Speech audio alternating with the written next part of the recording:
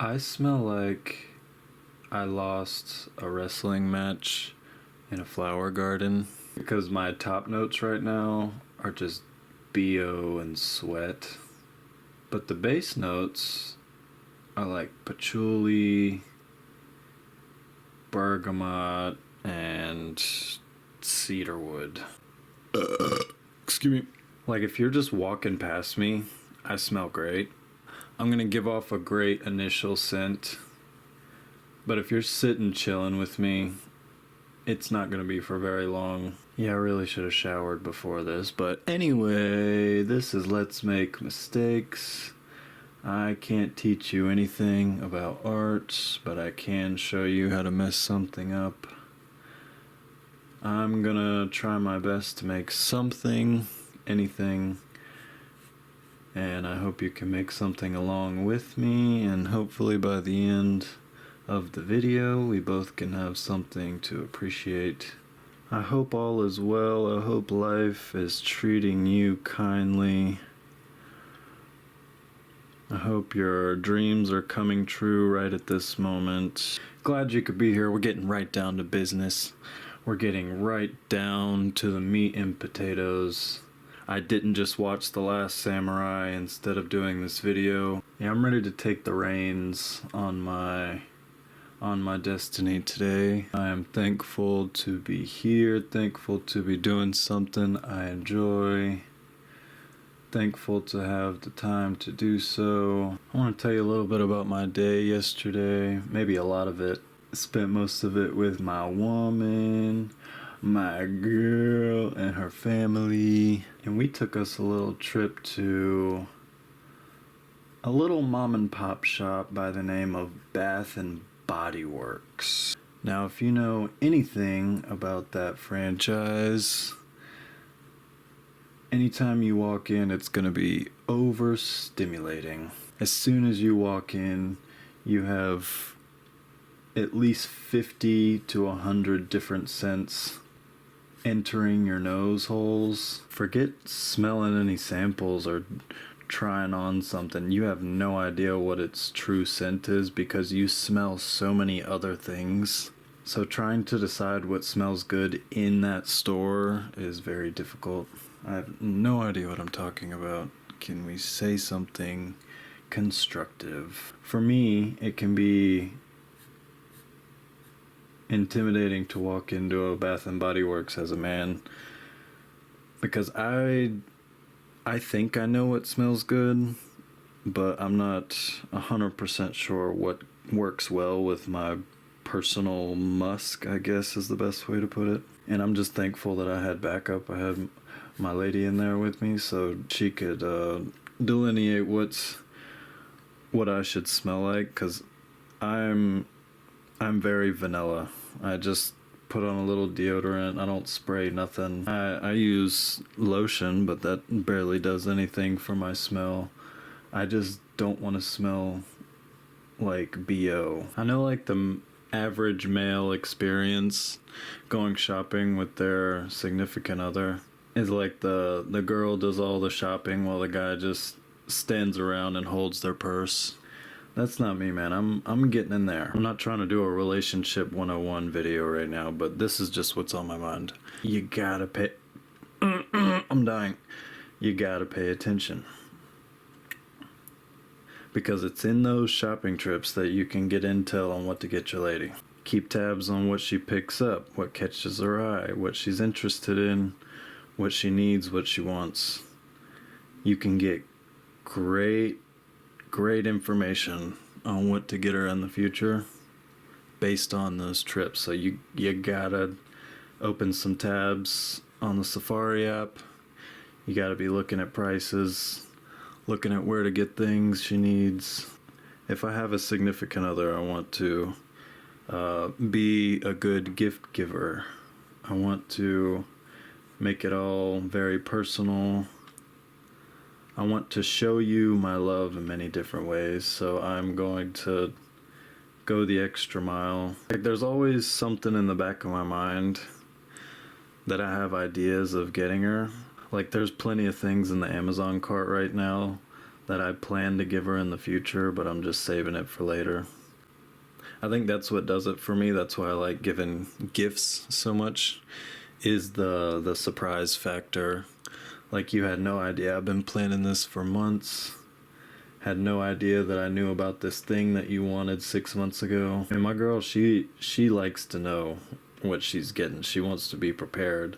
And I like surprises, so I give her like the worst hints ever, so she has no idea.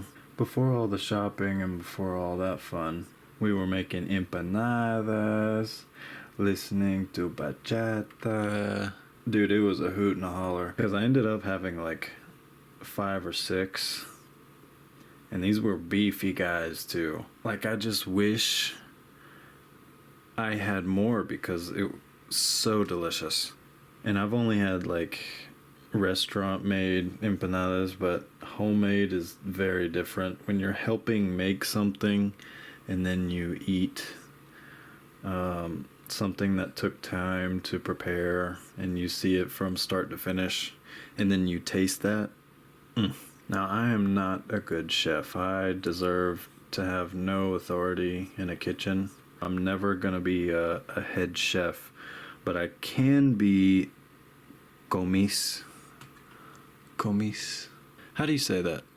Pronunciation check, hold on. Kami. I'm never gonna be a head chef, but I'm a good kami chef. I'm a great supporting act. I'm never gonna be the star in the kitchen, and I'm okay with that. Like, I'll do all the side work, I'll clean, I'll get ingredients, I'll do all the secondary stuff,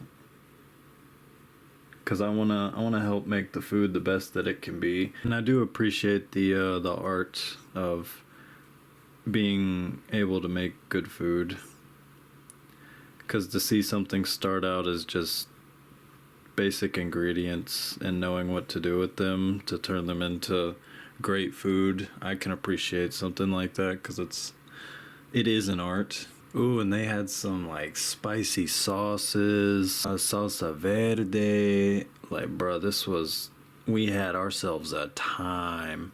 Oh, and yesterday I got a few micron pins. I've never owned any of these. I've only used them in art class at school, but it's very nice having more options rather than just using a fat Sharpie or a fine point Sharpie, because these hit different. If you've never tried a micron ink pen, I suggest you give it a try. I'm potentially going to ruin my sketch here with this, but we'll see. Let's try it out. Oh, dude, the other day I watched The Revenant for the first time, and I'll say this, anything pop culture, I'm probably going to be very late for it, because this is a 10-year-old movie at this point, and I'm just now seeing it. I don't know what it is in me. Whenever I see a lot of people talking about one certain thing or a piece of media, a movie, something like that, it kind of drives me away from it, because that's just what everybody else is doing. The movies that are coming out now, I'm probably going to see them in 10 years, so I'm going to build up my own kind of hype for the current stuff. I don't know what I'm saying anymore.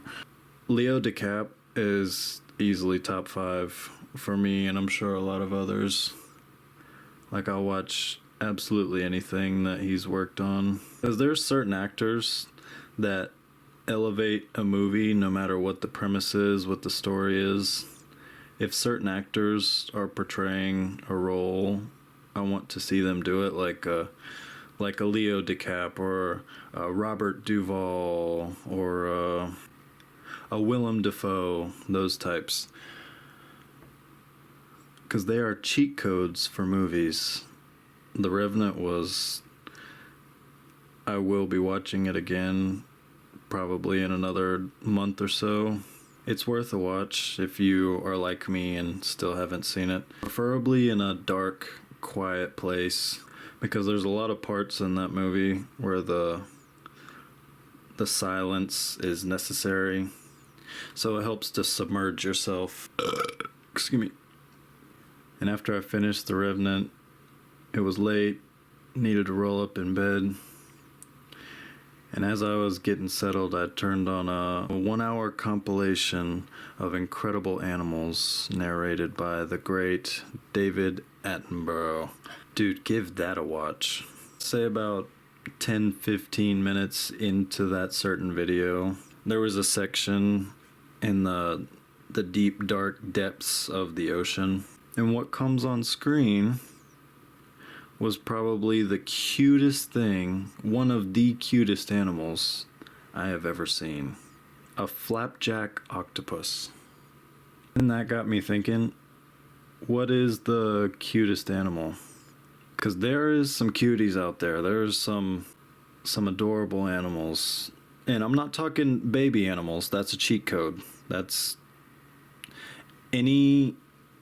most to all animals are adorable when they're babies. So that's not what the discussion is here. It's fully grown adult cutie patooties. That's what I'm talking about here. That's when I did some research of some adorable animals, trying to find something even cuter than the flapjack. Like, there's some adorable critters on this earth, like the quokka. Pronunciation check. Quokka. Like the quokka's a cutie. Puffins are cuties. Even the name is adorable. Come on. The fennec fox, that's a good one. The black-footed cat.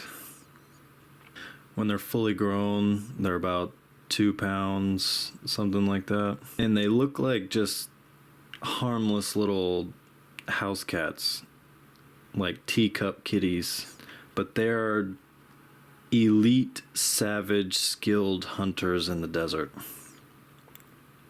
I think in the desert. Don't quote me on that. So anytime I'm having a bad day, bad time, I'm not feeling like myself, I'll just go on over to the old Google images and I'll look up any one of those adorable animals and realize that life is worth living. Dude, yesterday was so great. Just every second of it was fantastic. And I knew how great it was by the simple fact of that it happened very quickly. Because any old day can pass by very fast, but like by the time I was going home, I was like, dude, what's happening?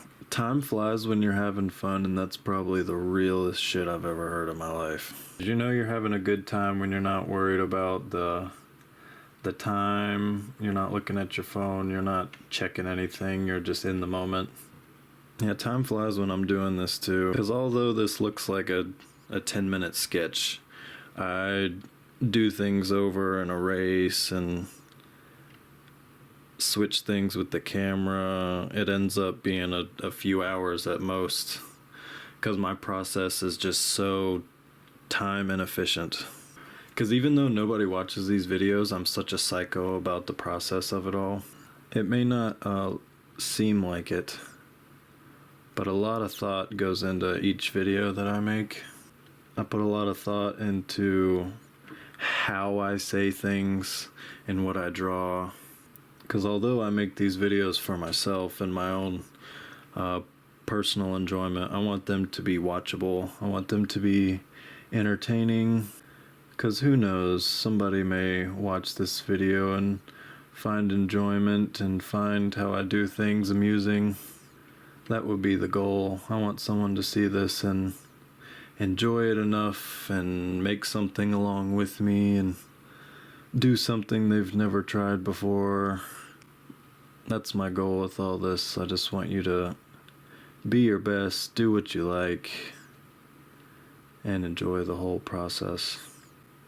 Because that's exactly what I'm doing. I want to document myself getting better at the things that I like to do, and maybe in a year from now I can look back on these videos when I first started and really see a change in my my craftsmanship and my talent and my hand at all this, because It's something I want to get better at. I want to see a transformation.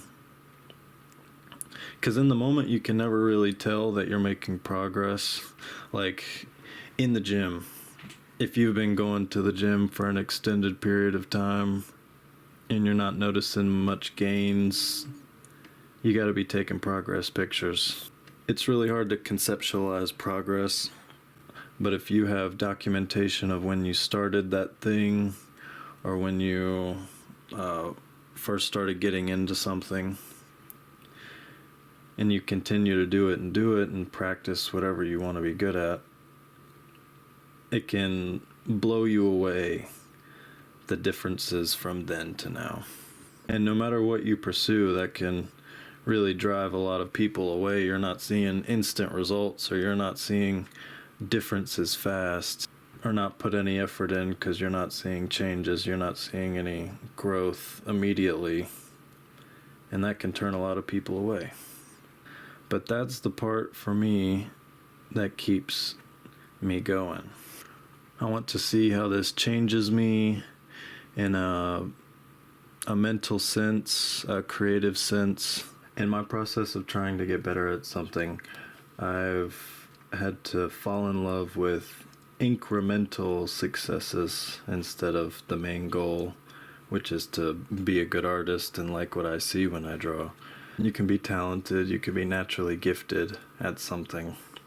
But if you put your time and your heart and your desire into something specific, you can grow in more ways than one. Let's see what we got so far. This is probably the most in-depth shading that I've ever done on any drawing. But it's something I'm not the best at, so I'm going to continue practicing. Yeah, man, that's it. I hope you've enjoyed yourself if you've made it this far. I hope you made something along with me. I hope to see you in the next installment of Let's Make Mistakes, but until then, be good and embrace your mistakes. Bye, love you.